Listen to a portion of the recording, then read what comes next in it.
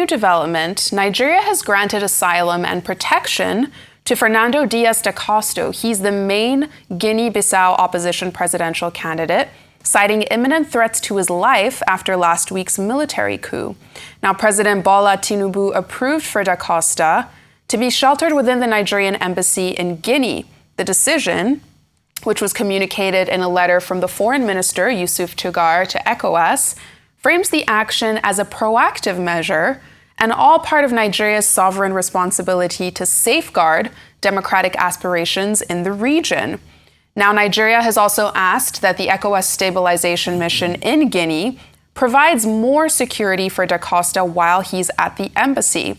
The coup took place on November 26, just days after a contested presidential election where both the incumbent Umaru Embalo and da Costa, the challenger, both claimed victory. This was also a big story, with the former Nigerian president, Goodluck Jonathan, who led the ECOWAS observer mission for the poll, questioned the coup's authenticity altogether, suggesting that it may have been staged by President Embalo himself. And now, we have Arise News analyst Dayo Sobowale, who joins me for a conversation about Nigeria's decision to grant protection to this opposition candidate and what this decision says about Abuja's stance on the coup in Guinea-Bissau. Mr. Dayo Sobowale, thank you for joining me here today. Good afternoon. It's a pleasure to be here as usual. Absolutely, absolutely. So this is a significant step. I think it feels like the administration is really showing that it's committed to safeguarding democracy in the region. Were you expecting to see this kind of a step, or did it kind of take you by surprise? Well, I won't say I'm surprised because, we have had doubts about the authenticity of the coup on the eve of the announcement of the presidential elections. Some people had announced that the incumbent president didn't want to face the disgrace of being defeated. That's why he still managed this coup. And Nigeria is providing leadership. And this time I hope it will be successful. We have done it in the past. But the last time, with the one in Niger, we were not that successful.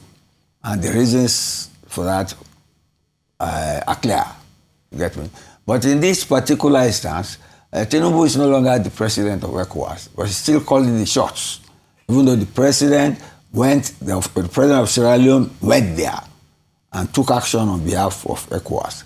It shows some geopolitical amity or unity, cooperation to preserve democracy. So I commend it, and I hope it is successful.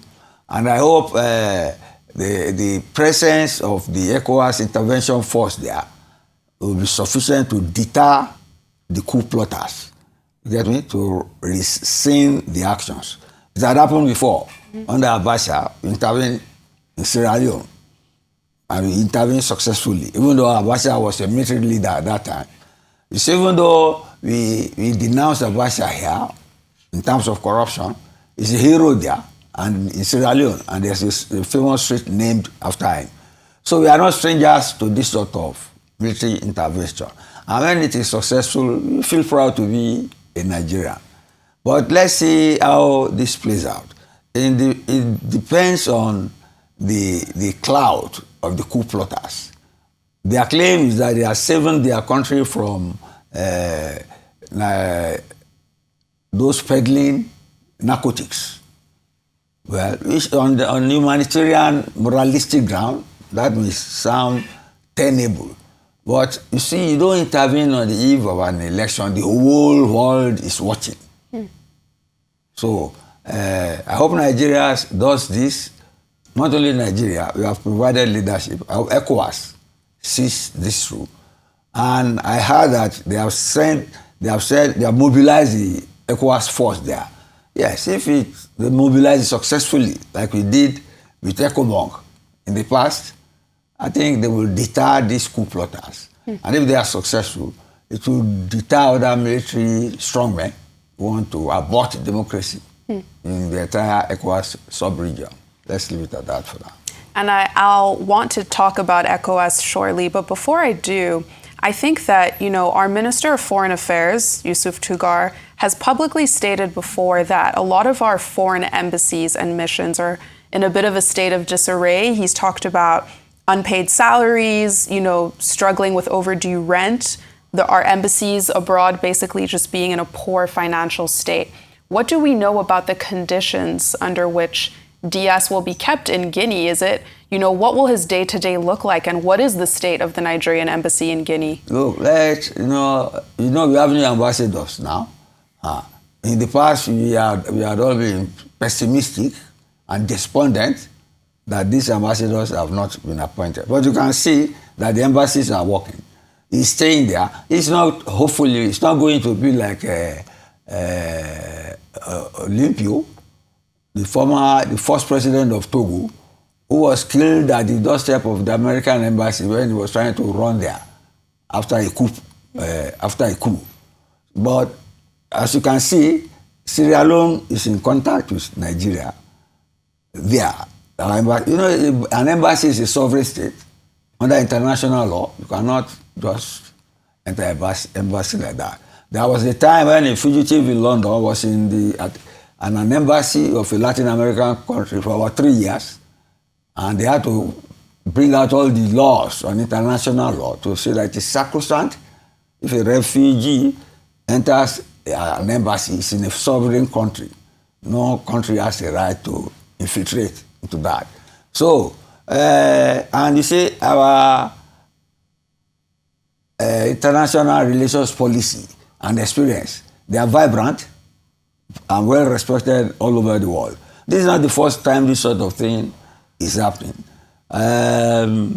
We had somebody from Liberia, during the Liberian Civil War, who was exiled to Nigeria and kept here by force so that he would not disrupt what was happening in Liberia. That's Yomi Johnson.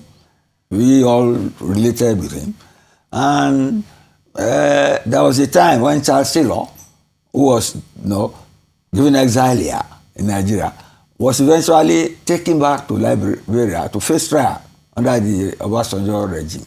So we have a buoyant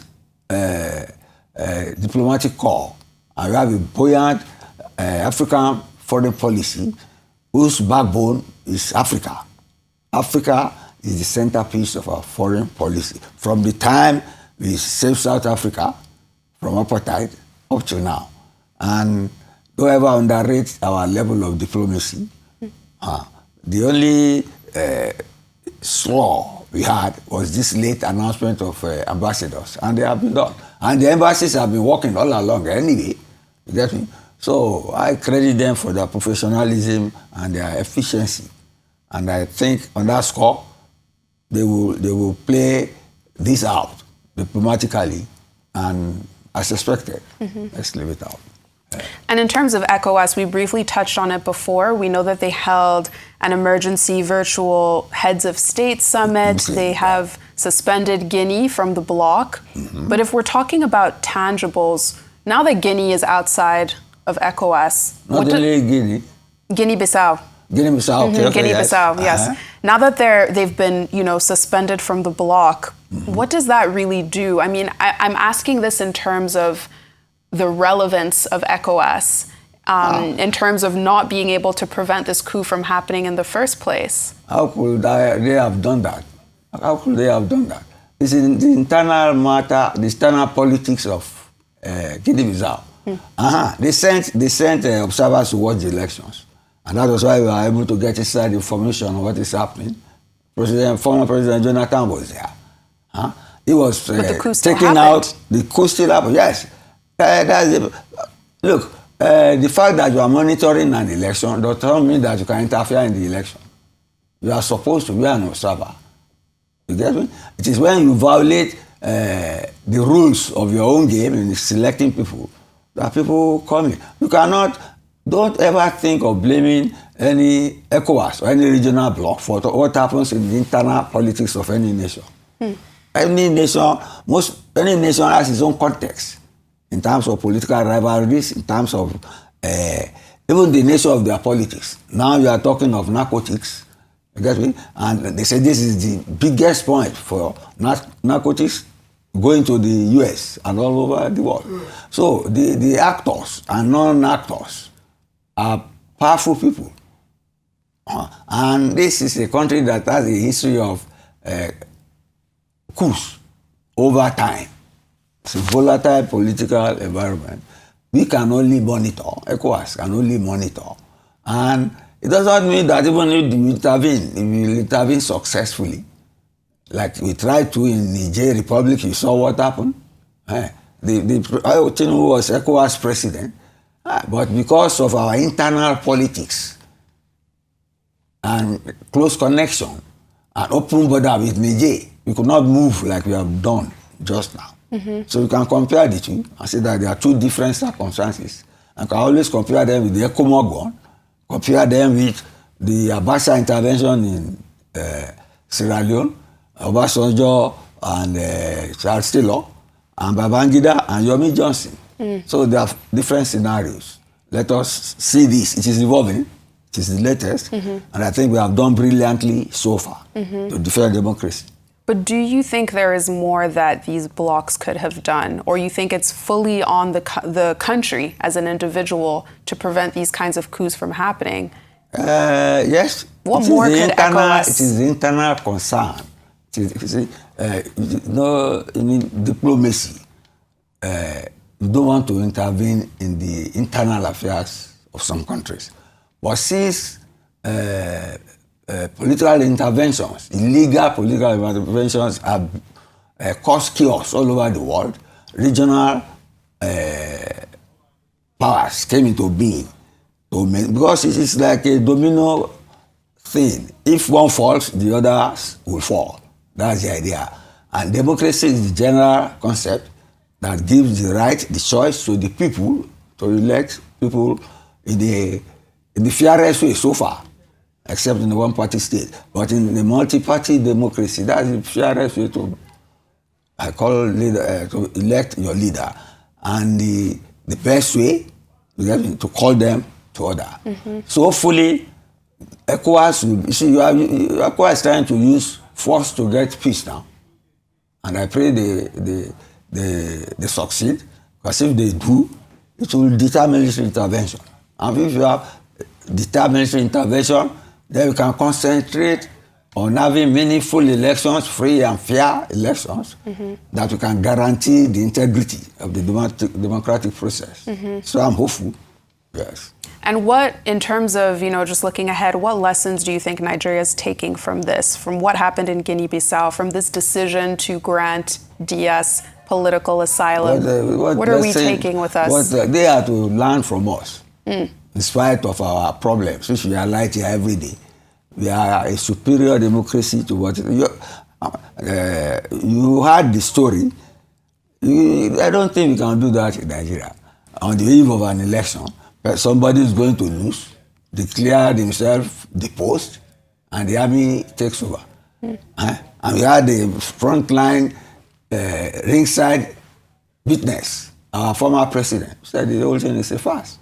So it's an interesting development. Let's see how it plays out. But I'm sure Nigeria and ECOWAS has enough clout to deter those soldiers, unlike what happened in Niger.